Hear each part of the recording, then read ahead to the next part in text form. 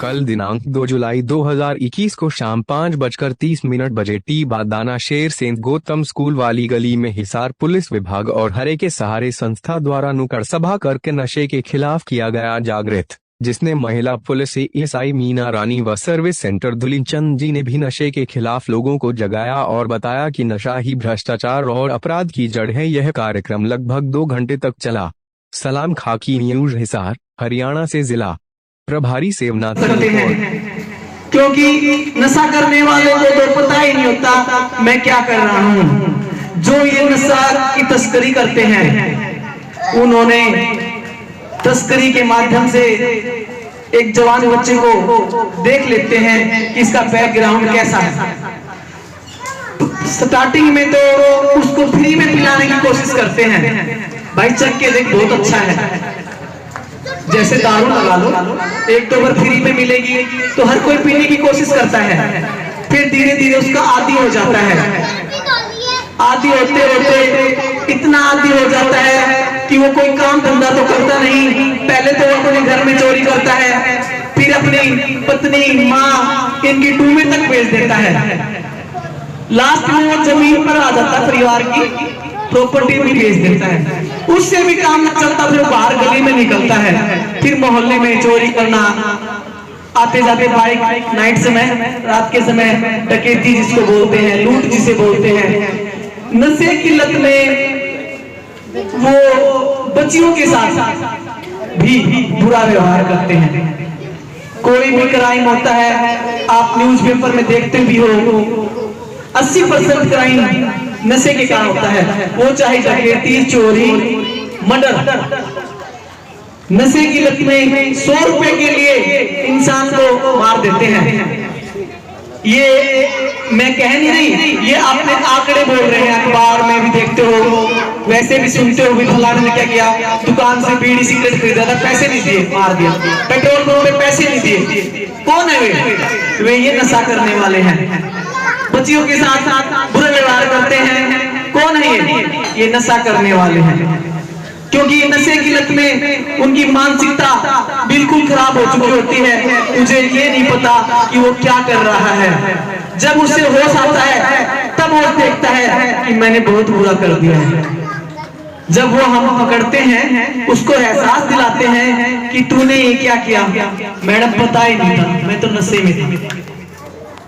लेकिन उस समय सोचने से क्या फायदा, जो हमारे समाज में बच्चियों के साथ इतना बुरा व्यवहार कर चुका है, उसको अब समझाने से क्या फायदा। तो इसकी पहल अंतरराष्ट्रीय स्तर पर क्यों की गई है, क्योंकि ये हमारे पाकिस्तान सीमा से नशा आता है। ये आतंकवाद का एक दूसरा रूप है जो किसी को दिखाई भी नहीं देता। और ये समाज को, हमारे देश को बहुत बहुत धन्यवाद।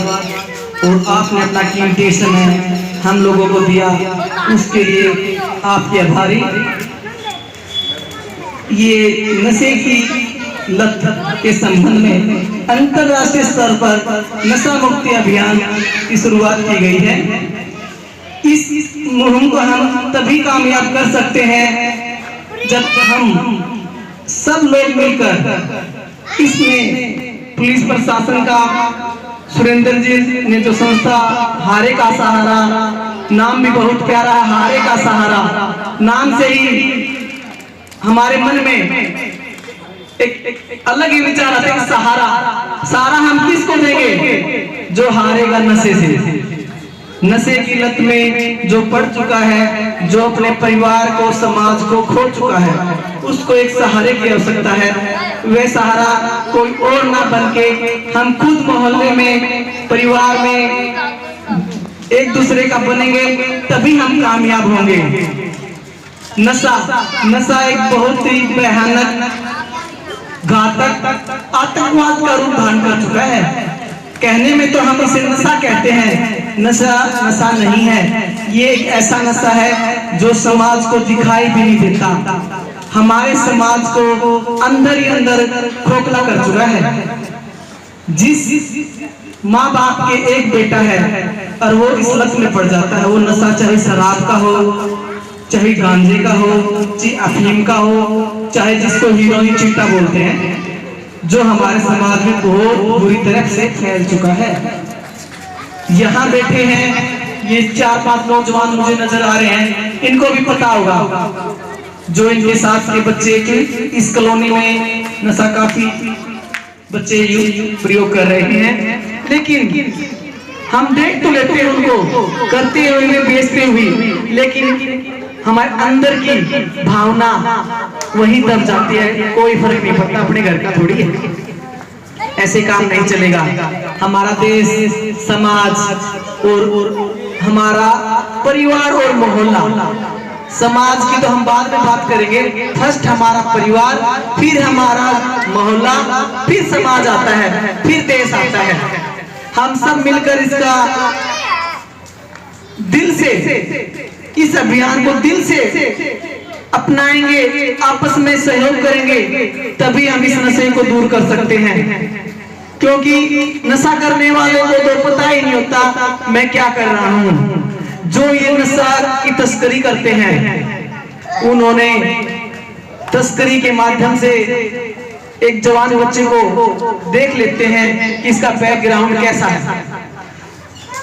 स्टार्टिंग में तो उसको फ्री में पिलाने की कोशिश करते हैं, भाई चख के देख बहुत अच्छा है, जैसे दारू लगा लो, 1-2 बार फ्री में मिलेगी तो हर कोई पीने की कोशिश करता है, फिर धीरे धीरे उसका आदी हो जाता है।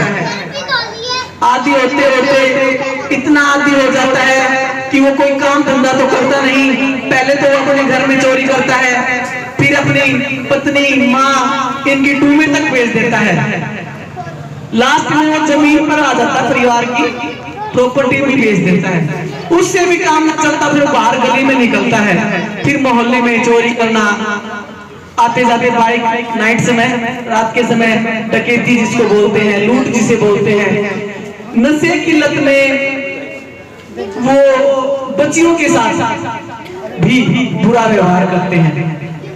कोई भी क्राइम होता है, आप न्यूज़पेपर में देखते भी हो, 80% क्राइम नशे के कारण होता है, वो चाहे डकैती, चोरी, मर्डर।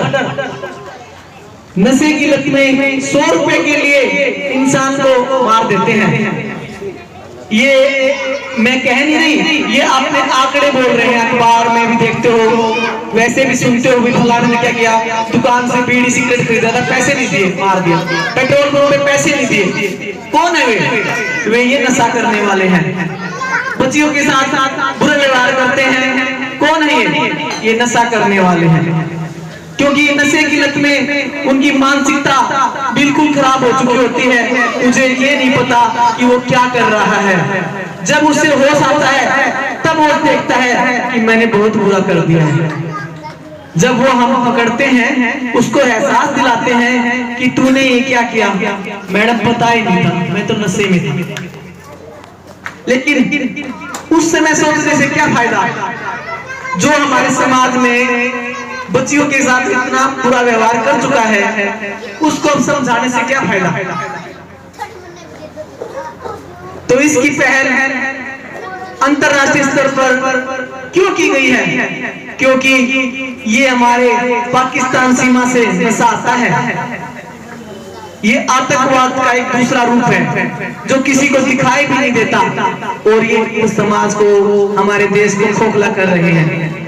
जो एक नशे करने वाला व्यक्ति होता है वो 6 फुट का होता है। सिगरेट और बीड़ी कोई बोलती है क्या कि मुझे पियो, और साफ साफ अक्षरों में लिखा होता है ये शरीर के लिए हानिकारक है, फिर भी जिसको इसकी लत पड़ गई है वो इसे छोड़ नहीं सकता, उन अक्षरों को पढ़ नहीं सकता। एक पढ़ा लिखा नौजवान जो एक सिगरेट के लिए इतनी हद तक उसको 2 किलोमीटर ये ना मिले तो 2 किलोमीटर पैदल चल सकता है, और माँ बाप 1 गिलास पानी का मांगे ना, वो नहीं दे सकता। सच्चाई है या नहीं? सच्चाई है ना कि घर में एक गिलास पानी का नहीं पकड़ाया जाता और वो नशे के लिए कितनी दूर तक जा सकता है। ऐसा क्यों? क्योंकि हमारे समाज में इतनी गिरावट आ चुकी है कि हम एक दूसरे को एक अच्छा दोस्त बन के समझा नहीं सकते, हम उसको देख सकते हैं। अभी मैं गाड़ी में आ रही थी, मैं आते जाते नौजवान बच्चों को बाइक पे, यहाँ माहौल भी अच्छा है, 3-3, 4-4 बच्चे चलते हैं, नशे करने वाला अलग ही पहचाना जाता है। मादेक समाज का क्या होगा? हमारे ड्राइवर सर मेरे साथ थे, मैंने उनसे पूछा बगुलाब सर समाज का क्या होगा? देखते हैं लेकिन अंदर से बहुत फील होता है कि अकेले हम भी कुछ नहीं कर सकते। जब तक आप लोग हमारा सहयोग नहीं दोगे तब तक हम कुछ नहीं कर सकते। बगैर सहयोग के कोई कार्य ना आज तक हुआ है ना होगा। इसलिए मैं आप लोगों से अपील करती हूँ, जहाँ तक मेरी आवाज जा रही है, नौजवान यहाँ ना बैठ के दाएं बाएं सुन रहे हैं। एक दुर्भाग्य की बात है कि हम चल के यहाँ आ रहे हैं और लोग अपने घरों में, यहाँ तक आने का समय नहीं है तो वो देश के लिए क्या करेंगे? हम पार्कों में 2-3 बार प्रोग्राम किया, वहाँ घूम रहे हैं, एक्सरसाइज कर रहे हैं, किसी को ध्यान नहीं है ये क्या लगा हुआ है, क्या बोल रहे हैं। नो भाई, मेरा फिटनेस कम ना हो जाए, मेरा समय खराब ना हो जाए। उनको ये नहीं पता ये जो समय हम लगा रहे हैं हम भी अपने समाज के लिए ही कर रहे हैं, हम अपने लिए नहीं कर रहे। भगवान ने हमें मौका दिया है समाज को सुधारने का, तो हम आप लोगों के साथ कंधे से कंधा मिलाकर चलने के लिए तैयार हैं। लेकिन जब आप लोग हमारा साथ दोगे तभी हम इस कार्य में सक्सेस होंगे। मैं आपको विश्वास दिलाती हूँ कि आप थोड़ा सा सहयोग दो, आप 2 बच्चों को समझाओ, 4 बच्चों को वो समझाएंगे, फिर 10 को समझाएंगे, एक चैन सिस्टम बनेगा।